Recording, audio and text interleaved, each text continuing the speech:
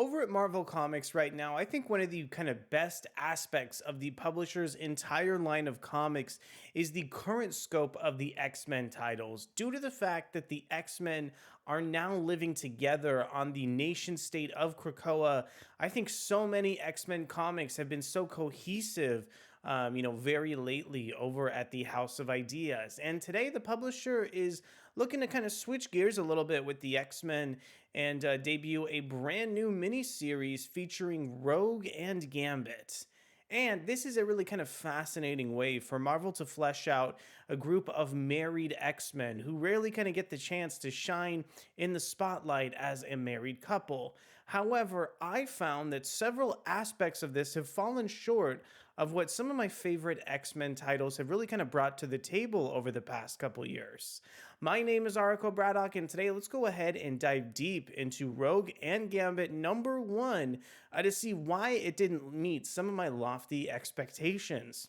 But before we get deeper into the video, I want to go ahead and encourage you to consider subscribing to the channel and hitting that like button if you enjoy our videos. And I want to share some context behind this brand new Rogue and Gambit series over from Marvel by reading Marvel's solicitation text that they wrote to introduce this debut issue. Destiny strikes your favorite X-Men duo. Krakoa is on a precipice. Destiny alone can see what's coming. But the precog cannot act. For that, she'll need her adoptive daughter, Rogue. Husbands need not apply. But with mutant duties stealing Rogue away so much these days, Gambit is determined to make the most of the mission and put some Cajun spice back into their increasingly complicated love affair. He just has to make it out of the bar first. Powerhouse writer Stephanie Phillips joins fan favorite artist Carlos Gómez for a thrill ride that'll bear some of Krakoa's biggest secrets. And next up, I want to share the creative team behind Rogue and Gambit #1. This issue is written by Stephanie Phillips, illustrated by Carlos Gómez, colored by David Curiel and Federico Blee, and we have letters over from VC's Ariana Maher. Next up, I want to go ahead and show off the beautiful cover for Rogue and Gambit #1 over from Steve Morris. I really love how this issue kind of shows off so many aspects of Rogue and Gambit and kind of gives a sort of like collage effect to the cover of this issue. Love the fact that they feature Destiny, who also plays a role in the story, as well as Eden and Lady Deathstrike. And also, I really love kind of the logo that Marvel has changed the color scheme of for this cover as well. Big thanks to Adventures in Poor Taste for posting this preview of the issue so quickly. And I want to kind of kick things off in our review today by talking a little bit about the art over from Carlos Gómez.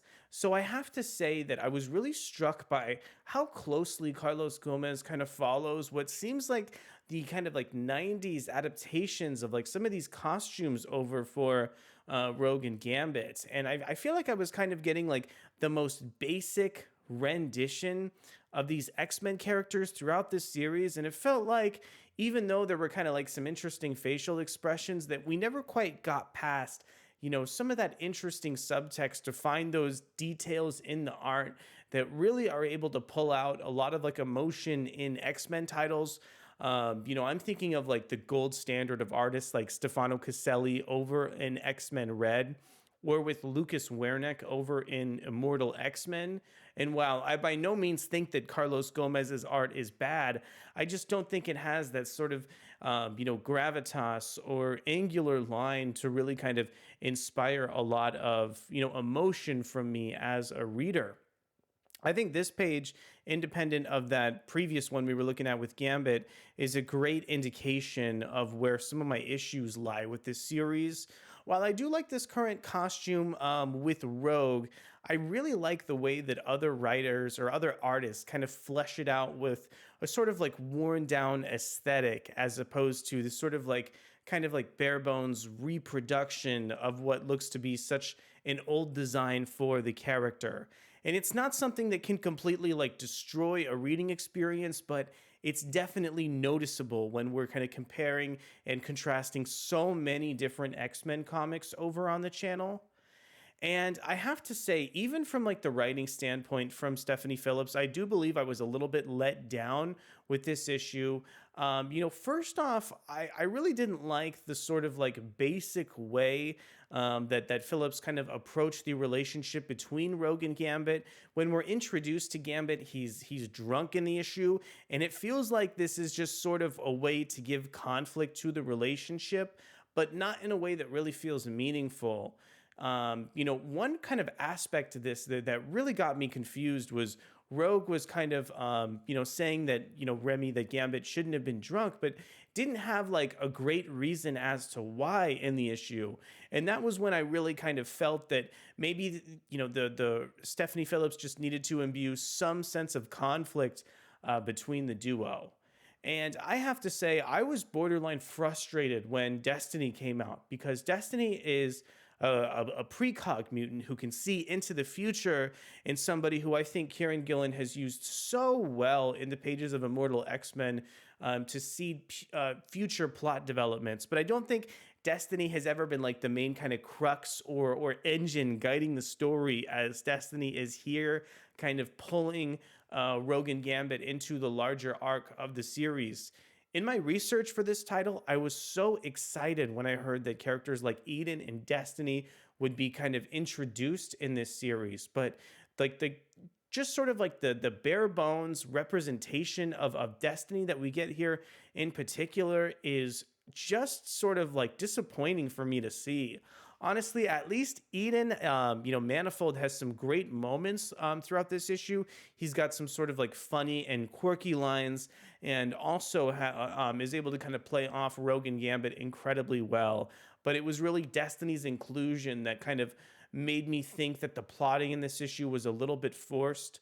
I am so glad that this issue has a subplot over with Lady Deathstroke, because I think it just gives a little bit more context to the book and makes it a little bit more weighty.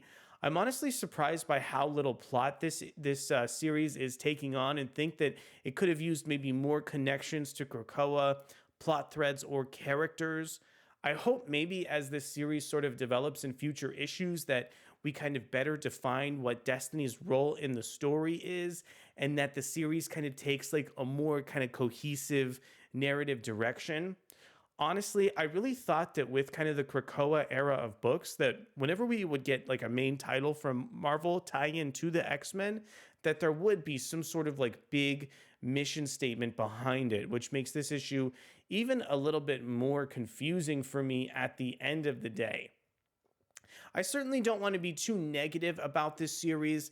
I do think that, there's some interesting plot directions that could lead to kind of fascinating plot developments down the line. I really enjoy the Destiny character, and if Stephanie Phillips is able to kind of, utilize more aspects of Destiny and, their relationship with the greater mutants, I could definitely see something interesting happen here. Plus, I think Manifold is a great character, and any story kind of using him as a vehicle is really interesting. I just think that this kind of X-Men story is not in the shape that I want to see it in yet. So those were some of my thoughts over on Rogue and Gambit. Number one, I think this book still has a long way to go in order to have it sort of be placed among the epic Krakoa titles of today.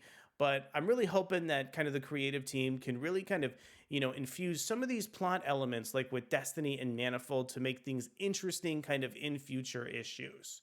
I want to know from you, did you like this issue more than I did? What were your thoughts over on Rogue and Gambit number one? I want to thank you guys so much for coming and check out the video. It was a pleasure diving deep into this new arc for one of Marvel's kind of few married mutant couples. Well, thank you so much for coming to check out the video, and we'll be back really soon with more excellent comic book content. Thanks so much, and we'll see you soon. Bye.